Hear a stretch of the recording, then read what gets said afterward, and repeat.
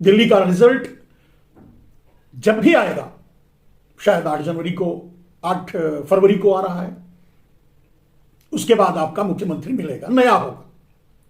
ना तो केजरीवाल होंगे और ना ही आतिशी सिंह, कोई नया ही होगा। वो कहीं किसी भी पार्टी का हो सकता है। इस पर बहुत ज्यादा अभी बताना ठीक नहीं है, क्योंकि दिल्ली का मुख्यमंत्री नया इसलिए होगा क्योंकि दिल्ली के चुनाव का फैसला आने से पहले दिल्ली में प्रधानमंत्री कोई नया होगा और होना ही पड़ेगा। होने की स्थितियां बन रही हैं। मेरे दोस्त, आज आप लोगों को एक खास गंभीर और अंदर की बात बताने की कोशिश करूंगा, जो सुनने में आ रहा है। सोर्स बता रहे हैं कि आरएसएस आपको हथियार बनाकर मोदी से स्कोर सेटल करना चाहती है। यह जगविदित हो चुका है। आप भी जानते हैं कि आरएसएस कितना त्रस्त और पस्त है नरेंद्र मोदी से, और खास करके गुजरात लॉबी से, नरेंद्र मोदी के गुजरातवाद से, नरेंद्र मोदी के धोखेबाजी, जुमलेबाजी, ठगी से आरएसएस बुरी तरह से परेशान है। भारतीय जनता पार्टी बुरी तरह से परेशान है, निपटना चाहती है। रह रह करके मोहन भागवत की चीखें सुनाई देती हैं, वार नहीं कर पाते। आरएसएस एक कायरों की संस्था है, ऑर्गेनाइजेशन है, यह आप भी जानते हैं और इतिहास इस बात का गवाह है। आरएसएस के पूर्वज अंग्रेजों से मिलकर, और यह कह सकते हैं कि मुगलों से भी मिलकर, देश पर विदेशियों का राज कायम रखना चाहते थे, कायम रख रहे थे, या आगे भी यही चाहते थे कि देश गुलाम रहे, सामने से नहीं। अगर सामने से ही लड़ना होता तो अंग्रेजों से ही लड़ गए होते। ये युद्ध में नहीं उतरे थे। अंग्रेज भगाने के पक्ष में ये नहीं थे, ये तो अंग्रेज को पकड़कर बिठाने के पक्ष में थे। कहने का अर्थ यह है मेरे दोस्त कि आरएसएस, अगर सीधे शब्दों में कह दिया जाए तो देश राष्ट्र प्रेम इनमें नहीं है, देशद्रोह इनमें कूट कूट कर भरा है। जब इतिहास को पढ़कर आप समझने की कोशिश करेंगे तो, चाहे इनके बहुत बड़े आइकान वीर सावरकर को ही सामने रखकर आप जाने, या फिर आरएसएस के संस्थापक, या इनके द्वारा पहले जनसंघ के रहे नेता, या फिर बाद में भारतीय जनता पार्टी में, तो इनका इतिहास ही बताता है कि ये पीछे से वार करने में माहिर है।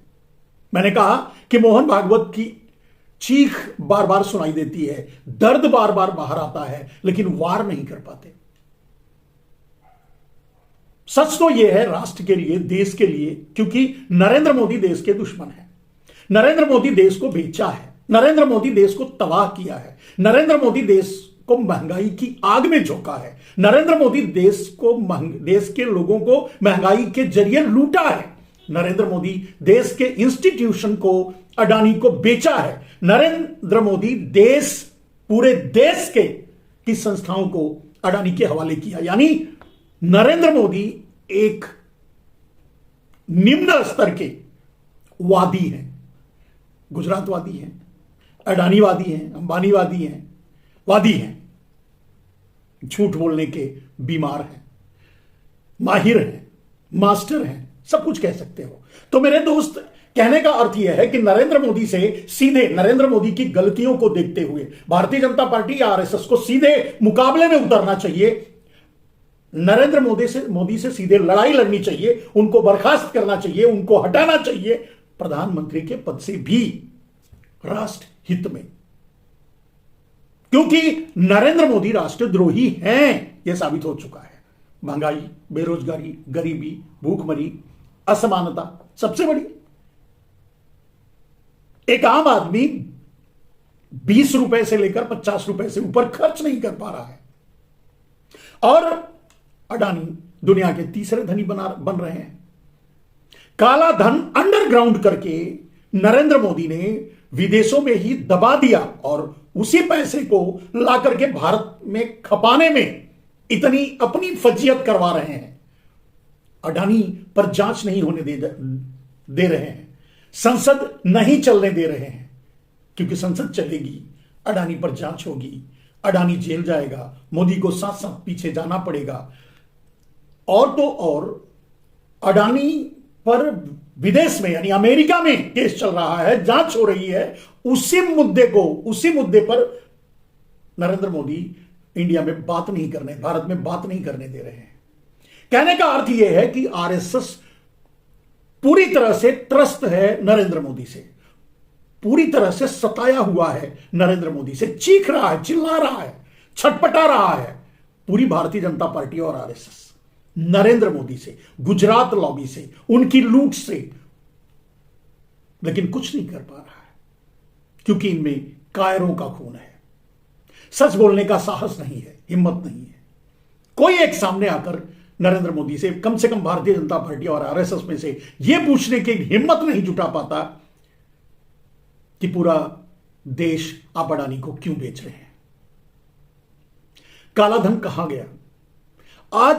आज के दिन कौन है अल्टीमेट ओनर काले धन का, जिस पर देश की सत्ता बदली गई, जिस पर आपका वादा था कि ला करके 100 दिन के अंदर देंगे, 15-20 लाख यूं ही लोगों को देंगे। खैर, आपकी सारी बातें जुमला साबित हुई।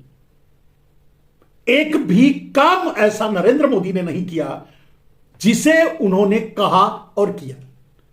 एक भी काम नहीं किया जिसे उन्होंने कहा, सबका सब जुमला साबित कर दिया। मेरे दोस्त, नरेंद्र मोदी एक परफेक्ट लॉयर है, झूठ बोलने वाले हैं, झूठ ही बोलते हैं, और यह साबित हो रहा है। यह तो साबित दिल्ली के चुनाव की शुरुआत की पहली रैली में ही उन्होंने कर दिया। आपको आपदा बताया। सबसे बड़े आपदा अगर इस देश पर कोई है तो नरेंद्र मोदी है, सबसे बड़ी पनौती, और आपको आपदा बता रहे हैं। कितना दर्द हुआ होगा आरएसएस को। मेरे दोस्त, अब इस बात को समझने के लिए आपको यह समझना पड़ेगा कि आरएसएस का ही नाजायज बेटा कह सकते हैं, या किस शब्द को छोड़ दीजिए, बी पार्टी कह सकते हैं, नाजायज बेटा कह सकते हैं, सेकंड प्लान बी कह सकते हैं, कुछ भी कह सकते हैं, अरविंद केजरीवाल यानी आप पार्टी। आरएसएस ही आप पार्टी का जन्मदाता है। आरएसएस के इशारे पर ही रामदेव ने अन्ना हजारे को दिल्ली आंदोलन के लिए लेके आए थे। अन्ना हजारे को लाने वाले रामदेव थे। रामदेव को यह करने के लिए कहने वाला आरएसएस था। पूरा आंदोलन का नेतृत्व रोटी से लेकर के, माइक से लेकर के, झंडे से लेकर, मंच से लेकर सब कुछ प्रोवाइड किया जा रहा था आरएसएस के द्वारा अन्ना हजारे और अरविंद केजरीवाल के आंदोलन में मनमोहन सिंह के खिलाफ। झूठ के जरिए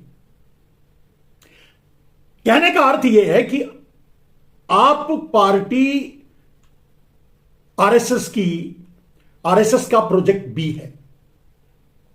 आरएसएस का एक और प्रोजेक्ट है बीजेपी के अलावा, एक और पार्टी है बीजेपी के अलावा, जो भी उस आंदोलन में रहे या जो भी उस आंदोलन को देखा समझा, अगर उस समय को याद करेंगे और समझेंगे तो उनको पता है, सब जानते हैं कि आरएसएस ने ही आप पार्टी को बनाया है, अरविंद केजरीवाल को लाया है।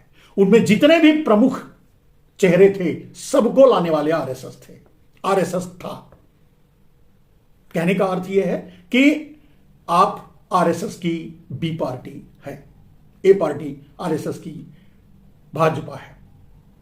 भाजपा का नेतृत्व आरएसएस के हाथ से निकल चुका है। नरेंद्र मोदी हाईजैक कर चुके हैं। गुजरात लॉबी पूरी तरह से बीजेपी पर हावी है। बीजेपी में कोई मर्द बचा नहीं है जो नरेंद्र मोदी का मुकाबला कर सके या उनसे सवाल जवाब कर सके या उन पर उंगली उठा सके। यह बात आरएसएस समझ चुकी है। आरएसएस वैसे भी किसी भी तरह से सत्ता में पीछे से सत्ता चलाने की मंशा शुरू से ही पाल रखी थी। और वो इस समय चला रही है। लेकिन नरेंद्र मोदी के नाते उसके सपने टूटे हैं। आरएसएस कोई गुजरात की पार्टी नहीं है, और जब गुजरात से हटके कोई सोचेगा तो उसे पता चलेगा कि इस देश के पूरी संपत्ति को लूटकर कुछ गुजराती माफियाओं को नरेंद्र मोदी ने दिया है। इसका प्रमाण सामने है। अब ये सारी कथा के बाद मतलब यह निकलता है मेरे दोस्त कि आरएसएस किसी भी कीमत पे नरेंद्र मोदी से निजात पाना चाहती है, नरेंद्र मोदी को हटाना चाहती है, नरेंद्र मोदी को या गुजरात लॉबी को बेदखल करना चाहती है। लेकिन कहा कि कायरों की संस्था है। कभी सामने खुलकर राष्ट्र हित में अपने आप को कुर्बान कर देने तक की हैसियत लगाकर लड़ने की हिम्मत कभी आरएसएस में नहीं रही, इतिहास से लेकर आज तक। आज भी नहीं लड़ पा रहे हैं, अपने ही पैदा किए हुए भस्मासुर से नहीं लड़ पा रही है आरएसएस। नरेंद्र मोदी का निवारण नहीं कर पा रही है, नरेंद्र मोदी से छुटकारा नहीं दिला पा रही है भारतीय जनता पार्टी को आरएसएस, अपनी कायर सोच के नाते। तो हमेशा की तरह आरएसएस पीछे से वार करती है। अब पीछे से कहां है, यानी मैंने कहा आपको हथियार बनाकर आरएसएस मोदी को सेटल करना चाहती है। इसीलिए मेरा आकलन यह है कि देश को एक मुख्यमंत्री दिल्ली के लिए मिलेगा, लेकिन उससे पहले भारत को एक प्रधानमंत्री भी मिलेगा अगर आरएसएस जिस योजना में, जिस मास्टर प्लान में लगी हुई है, अगर सफल हुई तो। सफल होनी चाहिए, मेरी प्रार्थना भी यही है, मेरी आकांक्षा भी यही है। अगर कहीं कोई ईश्वर है, वैसे मैं नहीं मानता, अगर कहीं कोई ईश्वर है और अगर कुछ चाहता है कि कुछ देश बच जाए, देश को भस्मासुर से मुक्ति मिले, तो वो मदद करेगा आरएसएस की। आरएसएस हिम्मत नहीं जुटा पा रहा है, वरना आरएसएस तो अकेले सक्षम है नरेंद्र मोदी से निजात दिलाने में इस देश को। लेकिन फिर भी अपने स्टाइल में, अपने तरीके से आरएसएस जो करती आई है, जो हमेशा से करती रही है, आज भी वही करेगी, वही करने की कोशिश कर रही है। आपको आगे करके नरेंद्र मोदी को सेटल करना चाहती है। वो सारी सूचनाएं जो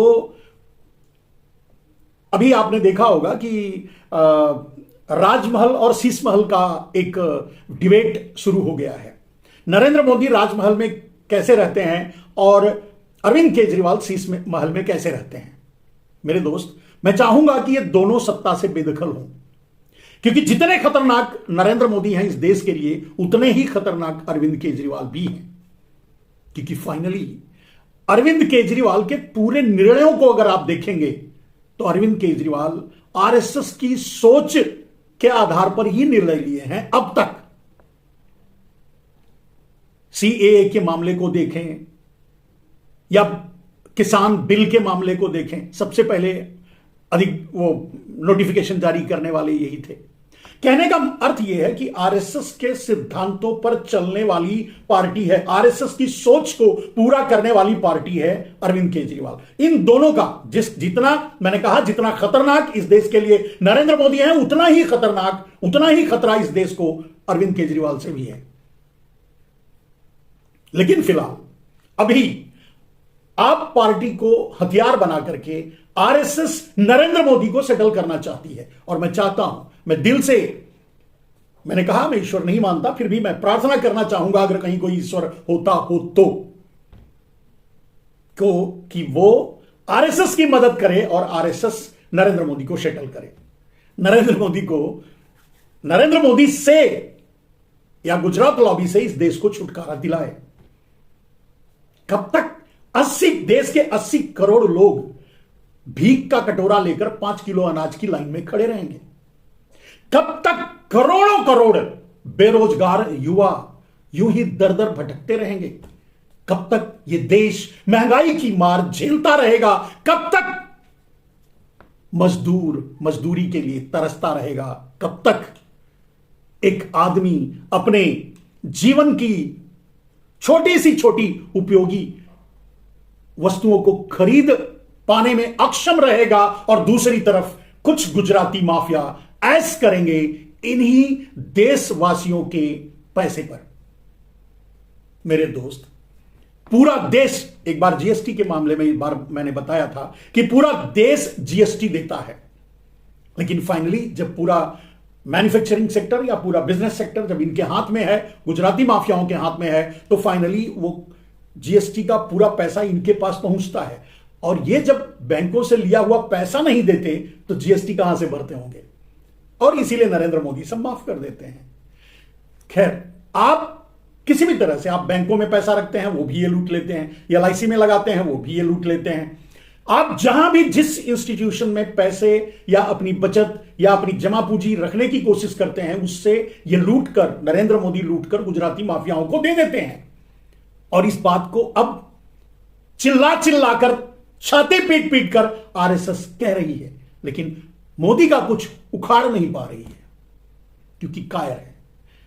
कायरता ही इनके खून में है, कायरता ही इनके जन्म में है, कायरता ही इनके डीएनए में है, कायरता से ही आरएसएस की शुरुआत हुई है। अंग्रेजों से मत लड़ो, मार डालेंगे, जेल में डाल देंगे, हाथ मिला लो। यही है आरएसएस के जन्म की कहानी। अंग्रेजों से लड़ने के लिए आरएसएस का जन्म नहीं हुआ था।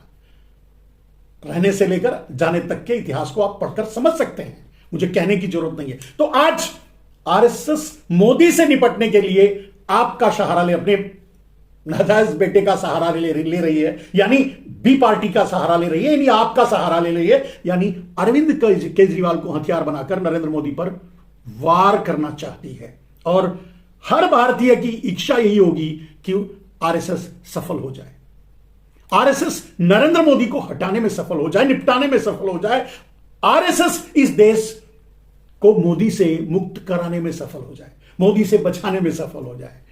चाहे जैसे भी हो, देश का हित होना चाहिए। जीवन भर, यानी लगभग आजादी के पहले से लेकर शायद मेरे ख्याल से 2024-25 जो 1924-25 जब इनकी शुरुआत हुई थी, एग्जैक्टली मैं नहीं बता सकता, लेकिन तब से आज तक इन्होंने कोई ऐसा काम नहीं किया है जिससे यह कहा जा सके कि ये राष्ट्रवादी हैं। विघटन, तोड़फोड़, मनुवाद, छोटा बड़ा, जातिवाद, किसी संप्रदायवाद, हर तरह के विघटनकारी और जहर समाज में घोलने के लिए माहिर है। और उन्हीं सब का एक प्रारूप और मुखौटा है नरेंद्र मोदी। अब मुखौटे से तंग आ चुका है आरएसएस, उतारना चाहता है नरेंद्र मोदी के मुखौटे को, नरेंद्र मोदी को, लेकिन नहीं उतार पा रहा है। पीछे से ही सही, आप देख रहे हैं, मैंने बीच में यह बात बताने की कोशिश की कि राजमहल और शीश महल का जो चल रहा है, भारतीय जनता पार्टी के पास सीएजी है जो रातों रात झूठा सही रिपोर्ट बनाकर दे देगी और उसे लेकर के संबित पात्रा प्रेस कॉन्फ्रेंस करने आ जाएंगे और लोगों को बताएंगे कि शीश महल में क्या क्या है। लेकिन राजमहल में क्या क्या है वो कौन बताया? मेरे दोस्त, वो आरएसएस, वो सारी सूचनाएं, वो सारे आकलन, वो सारी गणना आप पार्टी तक आरएसएस पहुंचा रही है। मोदी कितना खाते हैं, कितना सोते हैं, कितना जागते हैं, कितना पहनते हैं, कितना उड़ते हैं, कितना खर्च करते हैं, कितना अपव्ययी हैं, कितना नुकसानदेह है, कितने खतरनाक हैं, कितने के हिस्सेदार हैं अडानी ग्रुप में।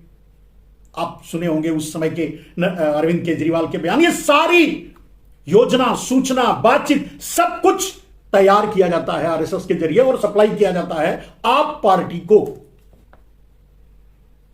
फिलहाल तो मैं यही चाहूंगा इस समय कि आपके जरिए ही सही आरएसएस अपने मकसद में सफल हो, कम से कम इस देश को छुटकारा मिले एक भस्मासुर से। जो भी होगा वक्त बताएगा, सामने आएगा। लेकिन यह निश्चय है मेरे दोस्त कि कुछ तो ऐसा होगा और होने वाला है 2025 में जिससे देश को राहत मिलने वाली है। यह भारत के लिए शायद खुशी मनाने का साल होगा, भारत के लिए यह स्वर्णिम साल होगा, स्वर्णिम काल होगा। मेरे दोस्त, शायद भारत को छुटकारा मिल जाएगा गुजरात लॉबी से, गुजराती माफियाओं से, शायद। और ये काम आरएसएस बखूबी कर सकती है, सामने से भी, जो नहीं करती है क्योंकि नहीं करने की हिम्मत ही उसमें नहीं है, कम से कम पीछे से ही सही इलाज तो करे।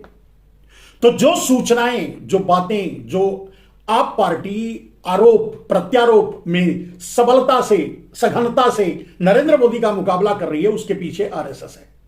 उसकी सूचना का पूरा केंद्र आरएसएस में है।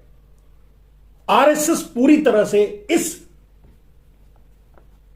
तैयारी में जुटी है या इस तैयारी में लगी है कि भारतीय जनता पार्टी की सरकार किसी भी कीमत पे दिल्ली में ना आए, आप फिर से सरकार बनाए। इधर कांग्रेस सामने आ गई है, कितनी गंभीरता से, कितनी जिम्मेदारी से चुनाव लड़ पाती है, लड़ती है, लेकिन खलल तो डाल ही रही है। संभावना भी है कि कांग्रेस जीते और सरकार बनाए। कोई षड्यंत्र नरेंद्र मोदी रच पाए, रच जाएं तो बात अलग है। और कम से कम राजीव कुमार या राजीव कपूर, जो भी है, राजीव कुमार के रहते तो कम से कम यह संभव है। माने इलेक्शन कमिश्नर रिटायर्ड होने वाले, उनके रहते तो इसकी संभावना बनी ही हुई है कि कुछ भी हो सकता है। वो पहले से ही बांट सकते हैं, पहले से ही जीतने का पत्र दे सकते हैं, पहले से ही भारतीय जनता पार्टी को सरकार बनाने का न्योता दे सकते हैं। दिल्ली में कुछ भी हो सकता है, क्योंकि नरेंद्र मोदी के हाथों में हथियार बहुत है, और कम से कम सिस्टम सबसे बड़ा हथियार है। और वो सिस्टम जो गोदी बन चुका है, पंगु हो चुका है, खत्म हो चुका है, अपने तरीके से नरेंद्र मोदी इस्तेमाल कर रहे हैं, तो कुछ भी हो सकता है। लेकिन जिस बात की संभावनाएं हैं, और हम आशा करेंगे, उम्मीद करेंगे, प्रार्थना करेंगे कि आरएसएस सफल हो, नरेंद्र मोदी से इस देश को छुटकारा दिलाए, हमारे और देश के लिए ना सही, अपने लिए ही, क्योंकि नरेंद्र मोदी अब खतरा आरएसएस के लिए भी बन चुके हैं। कांग्रेस आएगी, वो आरएसएस पर बैन लगाएगी, ये हो ना हो, लेकिन कुछ दिन और कुछ वार अगर मोहन भागवत की तरफ से और आया तो नरेंद्र मोदी ही खिसिया करके आरएसएस पर बैन लगा देंगे। फिलहाल आज की बस बात इतनी सी ही मेरे दोस्त, कि दिल्ली चुनाव इतना हरियाणा जैसा या महाराष्ट्र जैसा नहीं है। दिल्ली चुनाव काफी पेचीदा और फंसा हुआ है, लेकिन दिल्ली के चुनाव के बाद कुछ न कुछ भारत को मुक्ति तो मिलेगी, भारत को छुटकारा तो मिलेगा, ऐसी मेरी उम्मीद है।